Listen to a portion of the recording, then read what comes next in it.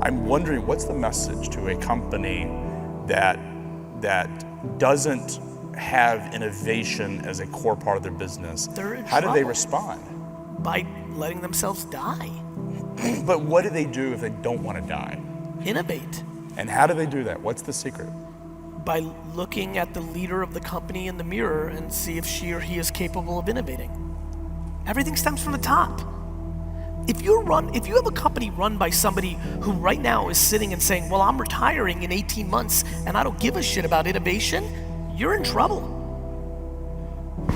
Or not talented enough to know how to innovate. Like, you know how many A's, number ones, hire a CMO and say, you figure it out, but they don't even know how to judge it?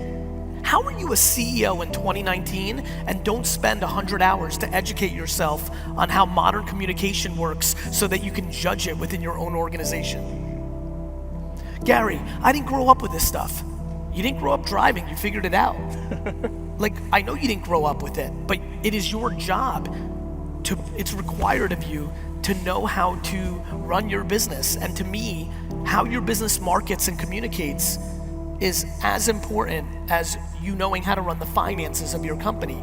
It's just that some people don't want to put in the work to get updated on the new platforms and the new world, and that's to their peril. The advice that I think will play for everybody in the room, regardless of what you do, including if like you're the PTA president or thinking about running for local office, like I have no idea what you want to do professionally or personally, but the one thing that has been tried and true, and I keep things extremely simple, is you have to reverse engineer the audience you're trying to reach, and you have to tell them something that brings them value, not you value.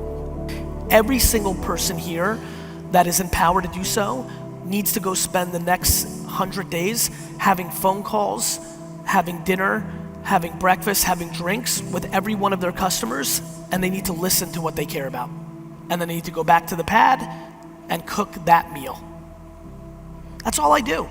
I read my comments, left and right. Like, I was just talking with your CMO prepping, you guys were wrapping up, and she's like, are you always like this on your phone? And I was laughing. What I was doing, I was reading comments. Yeah.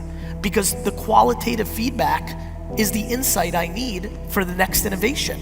Yeah. And the amount of people who hope their customers like what they are doing, or they're trying to force their customers to like what they want to sell, is fascinating for me to watch.